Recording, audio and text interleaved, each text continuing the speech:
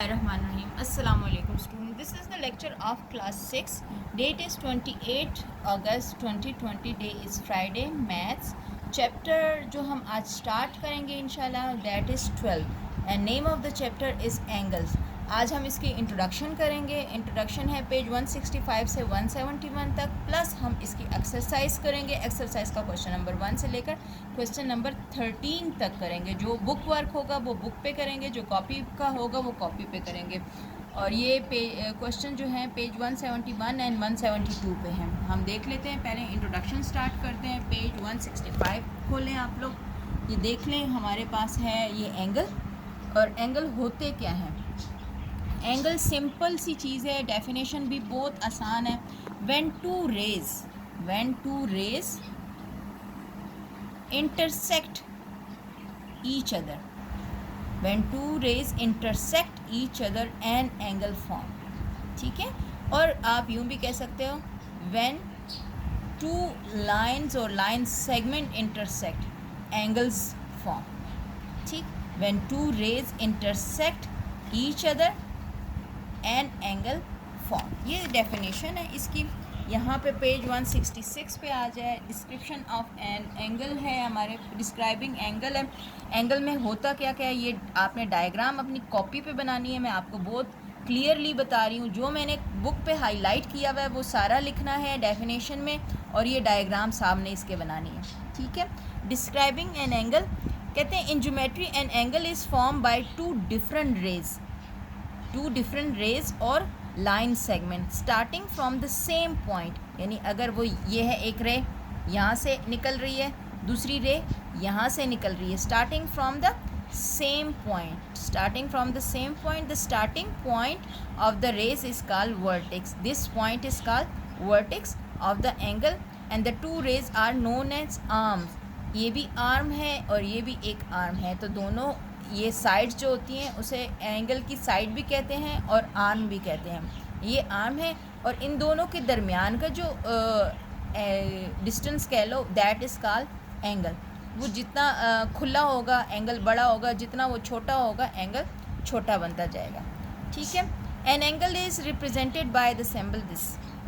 ठीक है. जहाँ पर भी ये निशान आएगा इसका मतलब है कि दैट इज़ एंगल.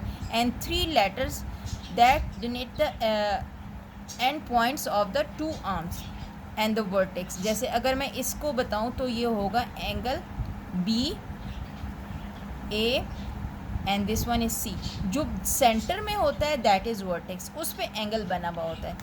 3 लेटर्स से डिनोट करते हैं हम इसको. देख लें हमारे पास है एंगल बी ए सी, और जो सेंटर वाला होता है उस पे एंगल होता है, वही वर्टेक्स होता है हमारा. ठीक है. यहाँ आगे भी हमारे पास एंगल के बारे में कहा हुआ है, लेकिन हम जो कॉपी पे करना है ना वो मैं आपको बताती हूँ. और यहाँ पर कुछ आपको एंगल्स की इंफॉर्मेशन दी हुई है वो मैं साथ में बता देती हूँ. देख लें, ये 2 लाइन एक दूसरे को इंटरसेक्ट करती हैं. जब भी 2 लाइन एक दूसरे को इंटरसेक्ट करेंगी तो आपके पास 4 एंगल बनेंगे, यानी 1 2 3 4. और याद रखें जो भी हमारे पास आमने सामने के एंगल्स होंगे दैट विल बी इक्वल. और आमने सामने के एंगल्स को क्या कहते हैं? Vertically opposite angle. Vertically opposite angle will be same.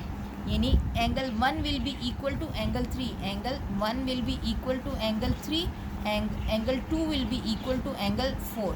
ये एक लॉ है. ठीक है. जब भी आपके पास 2 लाइन इंटरसेक्ट करें और आपके पास ये एंगल बन रहे हैं तो जो भी अपोजिट साइड के एंगल होंगे वो सेम होंगे. ठीक. और अब आप अगर आ जाएं पेज 168 पे तो टाइप्स ऑफ एंगल ये दी हुई है. ये सारी जो हाईलाइटेड है वो आपने लिखनी है और इसके सामने छोटी छोटी डायग्राम्स भी बनानी है अपनी कॉपी पर.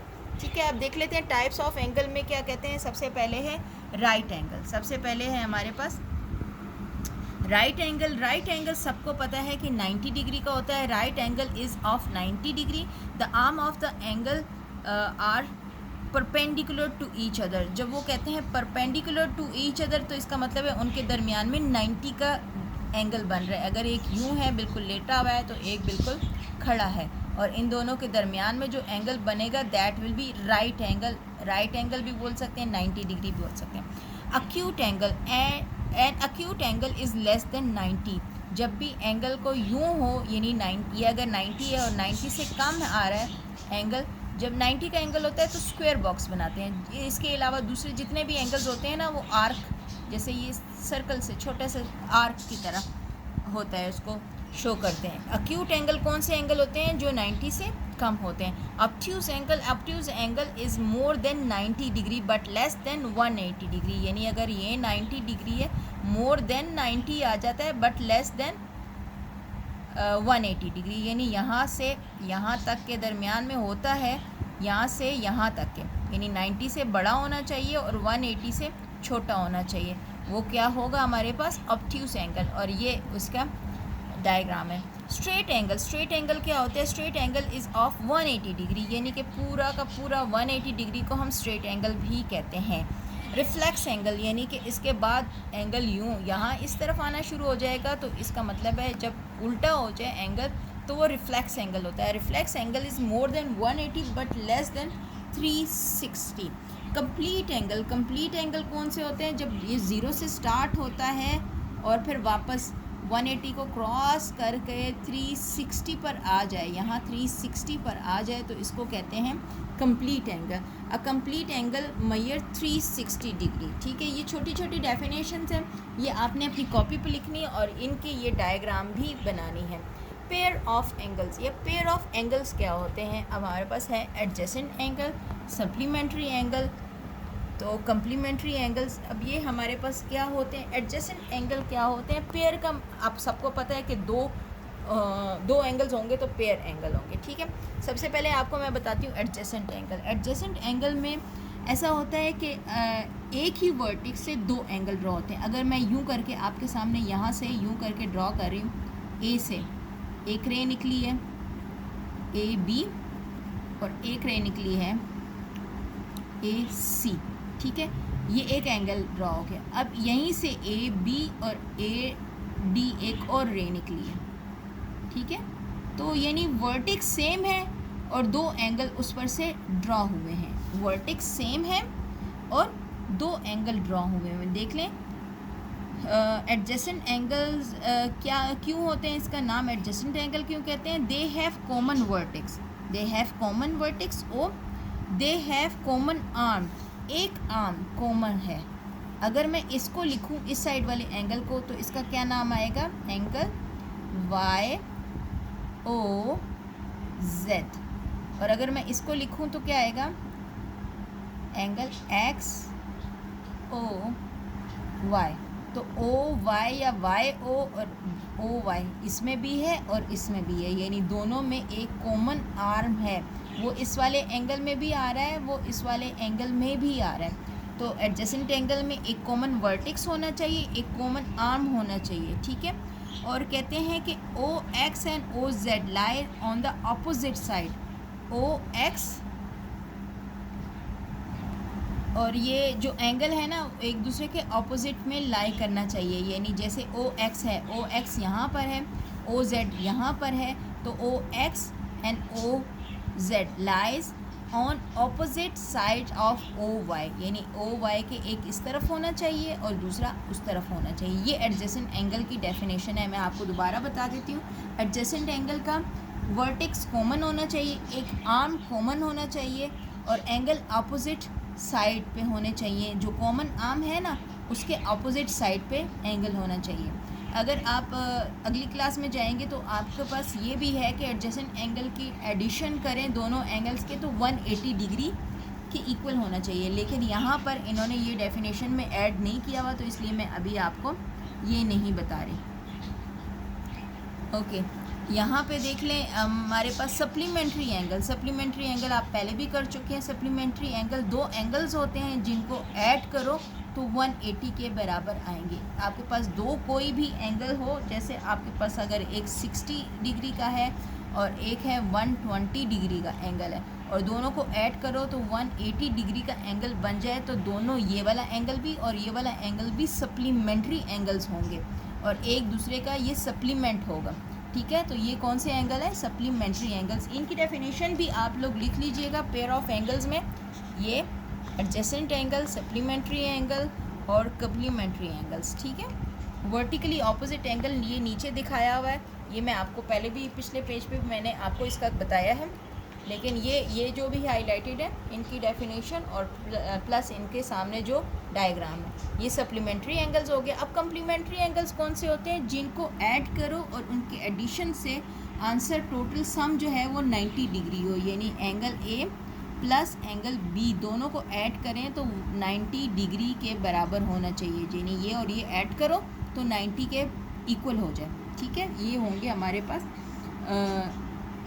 Complementary angle. और इनके साथ इनकी और भी प्रॉपर्टीज़ हैं, जैसे सप्लीमेंट्री एंगल में है कि कॉमन वर्टेक्स होता है, कॉमन आर्म होता है, और ऐड करो तो 180 होता है। सब कम्प्लीमेंट्री में होता है कि कॉमन वर्टेक्स होता है, कॉमन आर्म होता है, और ऐड करो तो 90 के बराबर होता है।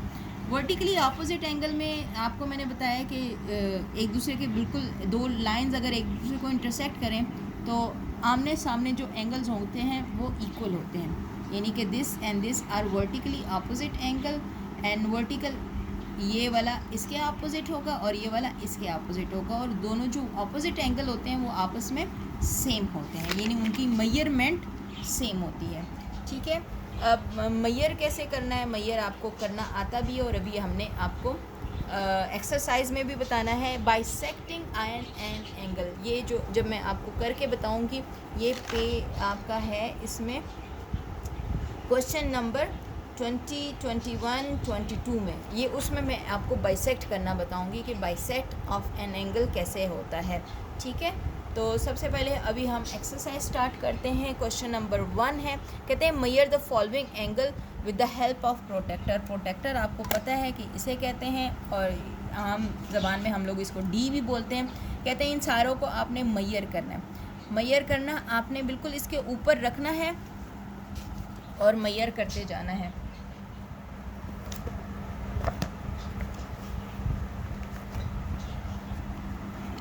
ये देख लें, ये आ रहा है 70 से ऊपर और 80 से नीचे, यानी कि बिल्कुल सेंटर में।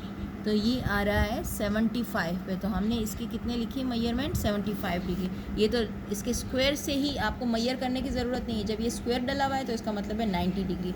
इसको मैयर कर लेते हैं। ये कितना आ रहा है हमारे पास?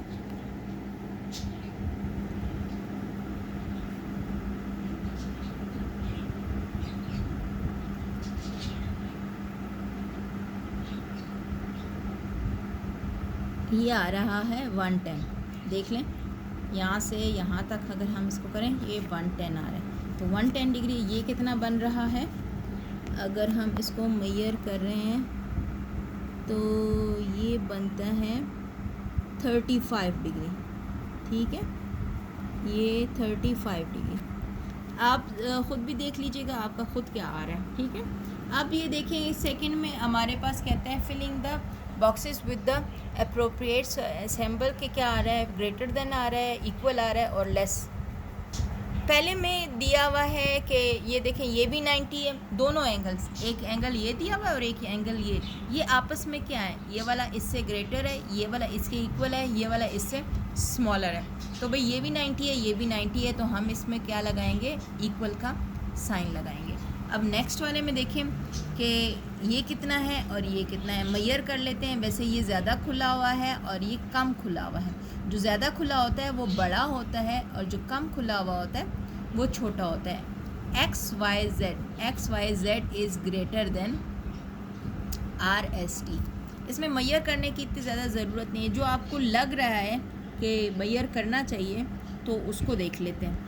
ये भी ये कम खुला हुआ है और ये ज़्यादा खुला हुआ है, यानी this one will be greater than this one, यानी ये वाला इससे छोटा है। PQR is smaller than MNL, ठीक है। ये हमने कर लिया question number 1 and question number 2। Come to question number 3।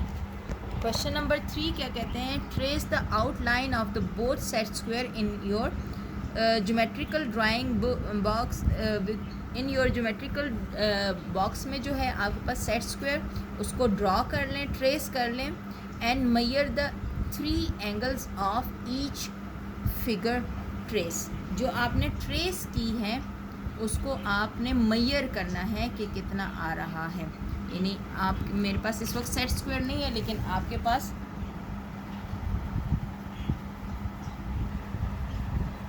ये देख लें, सेट स्क्वायर इस तरह होता है, एक यूं ट्रायंगल होता है जैसे इक्विलेटर ट्रायंगल टाइप की चीज़ होती है, और एक यूं करके लंबा। तो आपने इसको ट्रेस करना है और इसके जो कॉर्नर वाले एंगल्स होते हैं ना, उनको मेजर कर लेना है। ये जो इक्विलेटर लग रहा है ये आइसोसेलेस है, ये 45 45 और यहाँ पर 90 है, और इसमें क्या कितना आ रहा है, एक में 90 60 और 30। आप ट्रेस करें और इनके एंगल्स को आप जब डी से मेजर करेंगे तो आपको खुद ही इसके एंगल्स का पता चल जाएगा। जैसे अगर मैं इसको मेजर करूं तो ये आ रहा है 60 डिग्री, इसको मेजर करूं तो ये आ रहा है मेरे पास 30 डिग्री। अगर इसको मैं मेजर करूं तो कहाँ है ये आ रहा है ऑलमोस्ट 45, और ये भी 45 है। ठीक है, इसको मेजर करें तो ये आ रहा है 90 degree.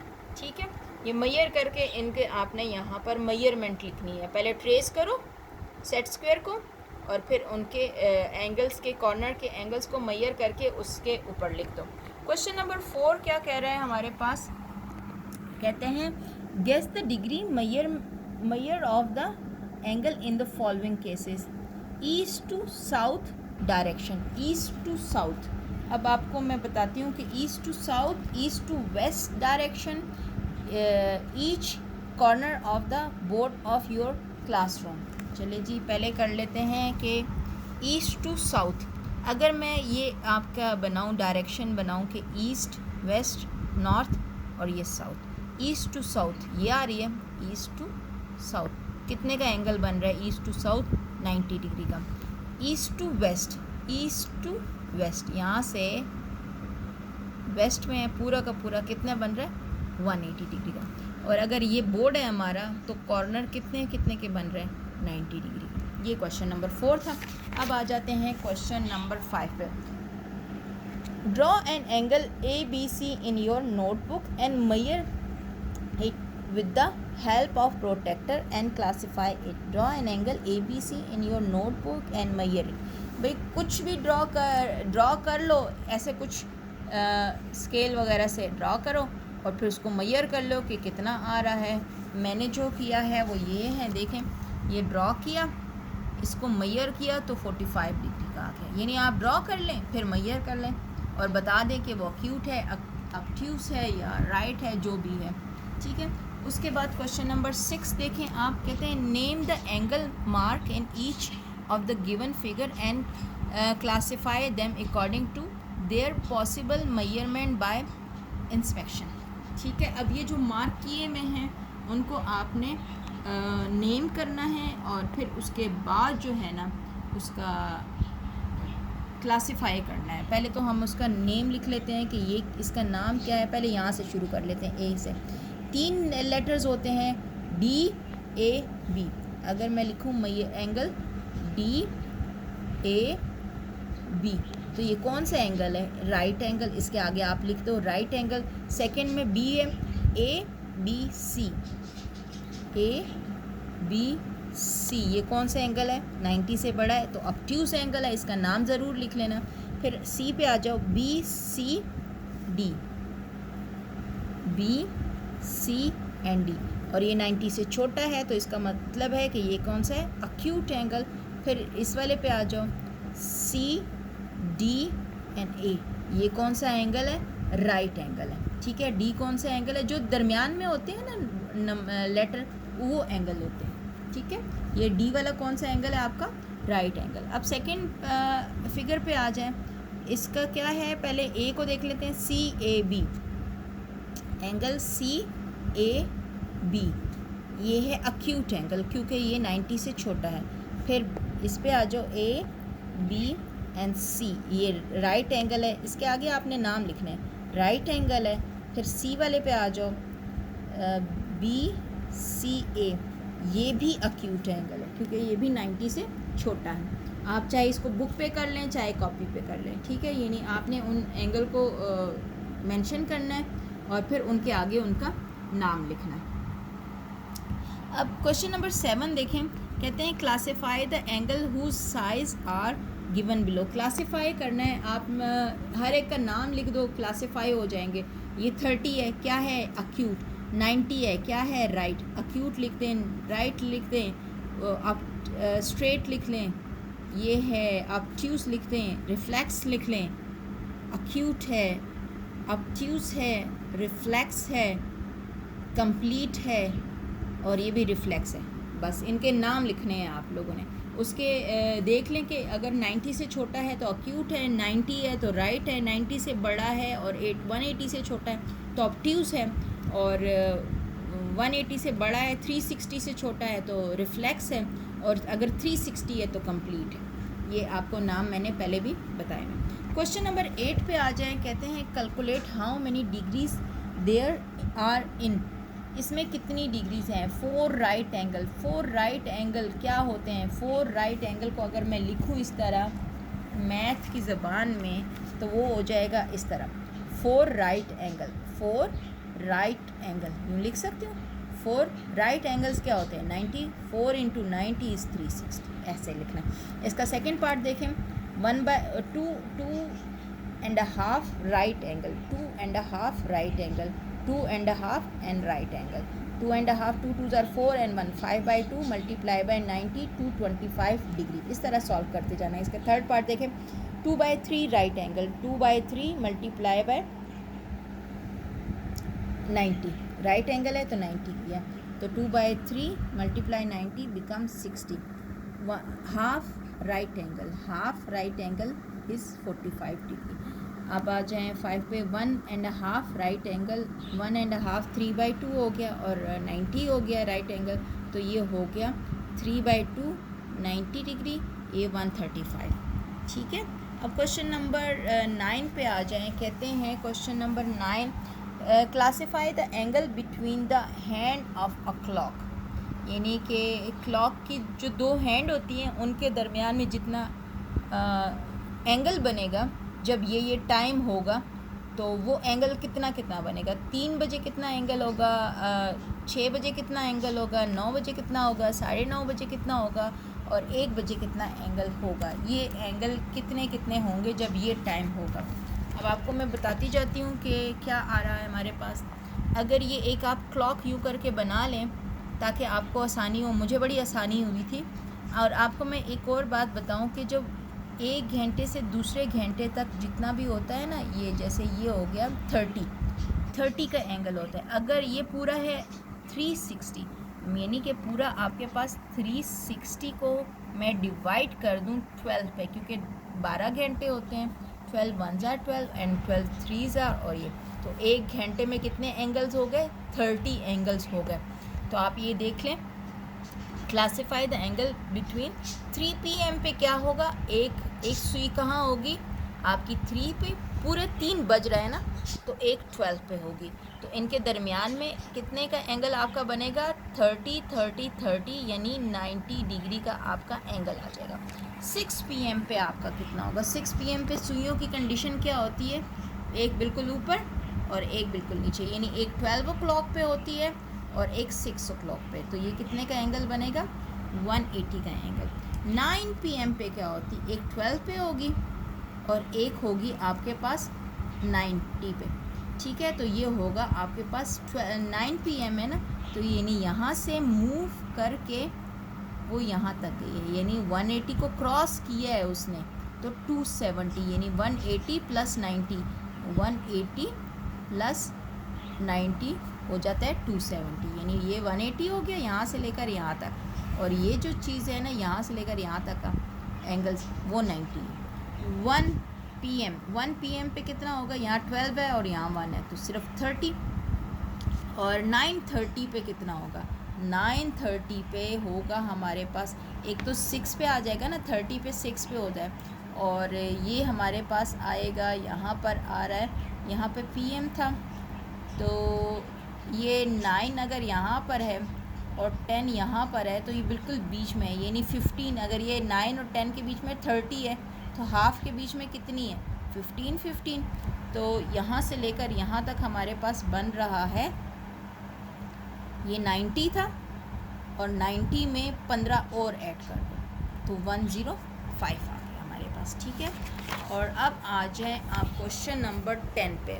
What are the size of the reflex angle between the hands of a clock. Reflex angle यहाँ पे बताने हैं। अगर मैं रिफ्लेक्स एंगल देखूँ और फिर यहाँ पे मैं देखूँ थर्ड वाले का, तो 9 PM वाले का 9 क्वेश्चन में, तो वो फिर रिफ्लेक्स एंगल तो ना हुआ, वो तो जस्ट हो गया 90। अगर मैं 270 को फिर ना लिखूँ, फिर मुझे इसको इक्वल टू 90 डिग्री, यानी यहाँ से लेकर यहाँ तक मुझे नहीं मूव करना, सिर्फ यहाँ से यहाँ पे इन दोनों हैंड के दरमियान में कितना एंगल बन रहा है 90, तो जस्ट मुझे 90 लिखना चाहिए, क्योंकि इन्होंने अब बोला है कि रिफ्लेक्स बताओ। तो 3 PM पर, 4 PM पर एंड 5 PM पर कितने कितने एंगल बन रहे हैं वो हमें बताने हैं। ये देख लें, रिफ्लेक्स एंगल बताने हैं। 3 PM पे कितना होता है, यहाँ से 90 है तो पूरा 360 होता है। 360 में से ये 90 निकाल दो तो रिफ्लेक्स का कितना बन जाएगा 270।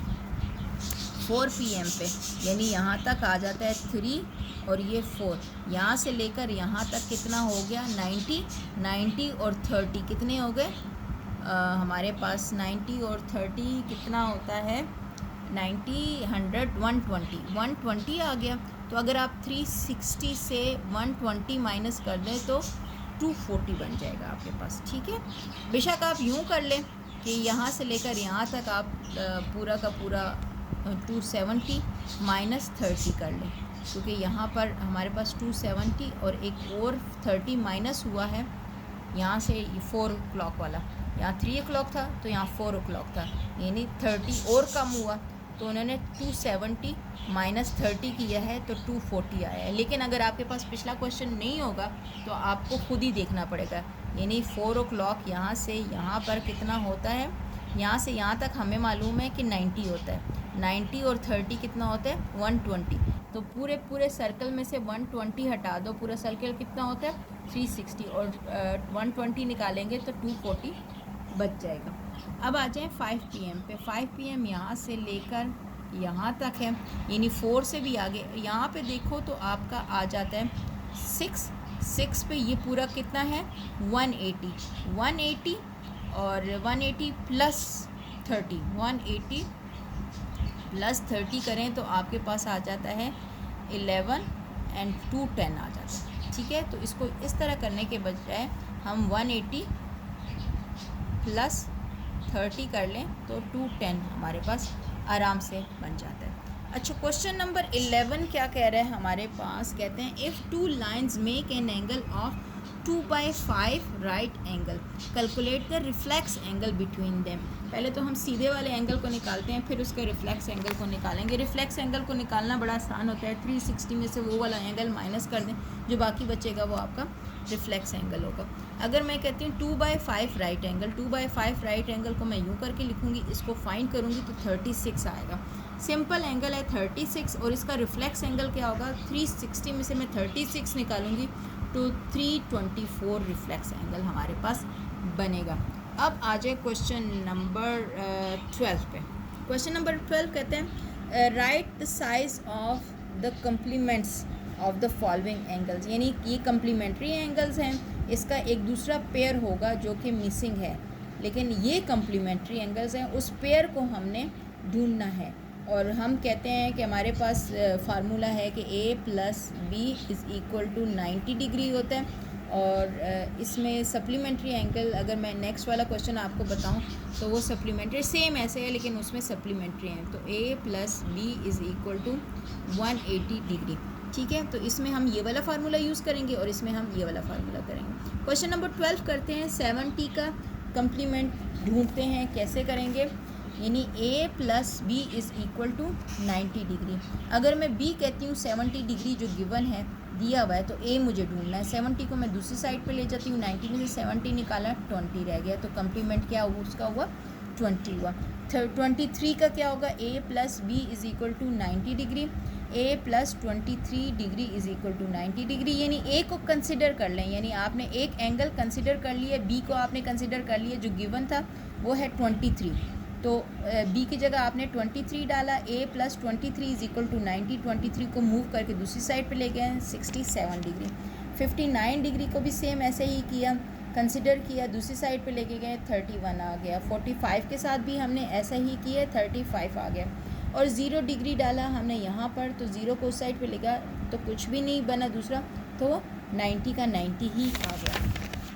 और पार्ट देखिए, अगर 90 हो हमारे पास तो इसमें हम 90 लिखेंगे, दूसरी साइड पे लेके जाएंगे तो 90 माइनस 90 बिकम 0 हो जाएगा। हमारे पास अगर 80 है तो 80 को दूसरी साइड पे ले जाएंगे 10 आ जाएगा हमारे पास।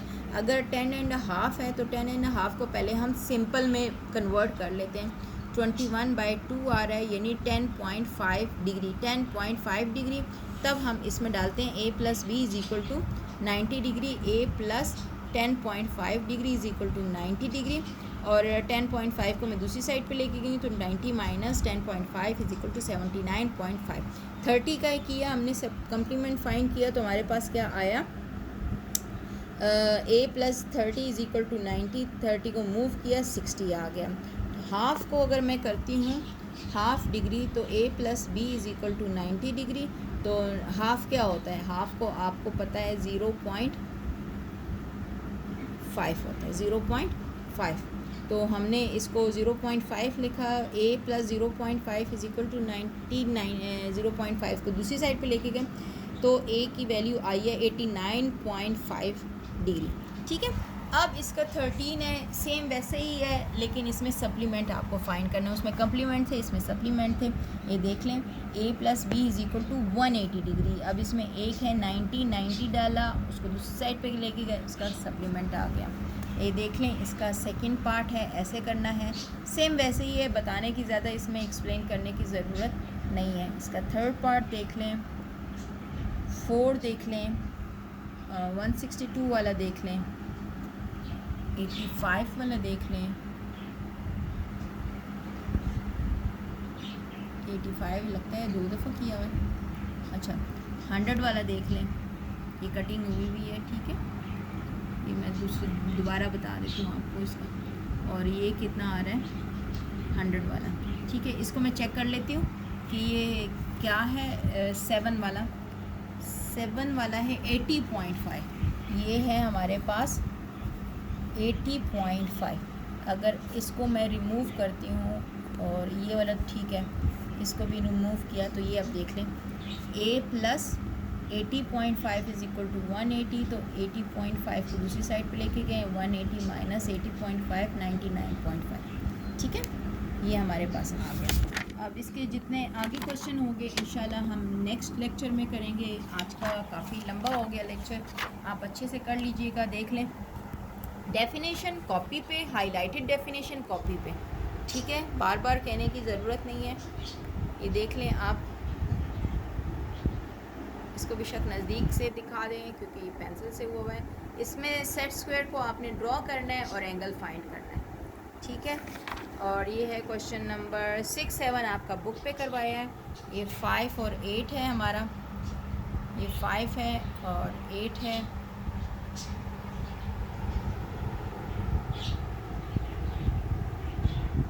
और ये 9 क्वेश्चन है।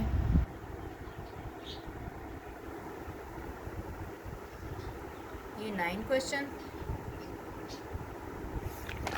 थे। ये 10 क्वेश्चन, 11,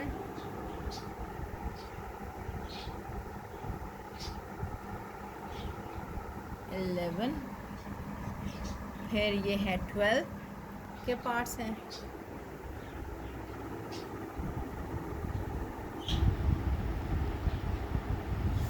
और ये है 12 के ही पार्ट्स, और ये 13, ठीक है। ये था आपका काम आज का।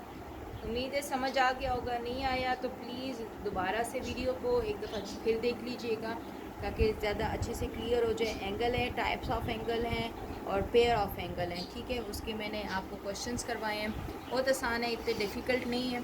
पहले भी बेसिक इन्फॉर्मेशन है आपके पास एंगल के बारे में। बस अपना ख्याल रखें, अपने घर वालों का ख्याल रखें, अपना होमवर्क क्लास वर्क कंप्लीट करें अच्छे से। आज आपका कोई होमवर्क नहीं था, मुझे देना चाहिए था आज, एक जैसे बहुत सारे क्वेश्चन थे लेकिन चलिए ठीक है, अभी आप करेंगे तो सारा का सारा होमवर्क में ही आ जाएगा। अपने घर वालों का बहुत ख्याल रखें, अपना बहुत ख्याल रखें, दुआओं में याद रखें। Thank you so much. Allah हाफ़िज़।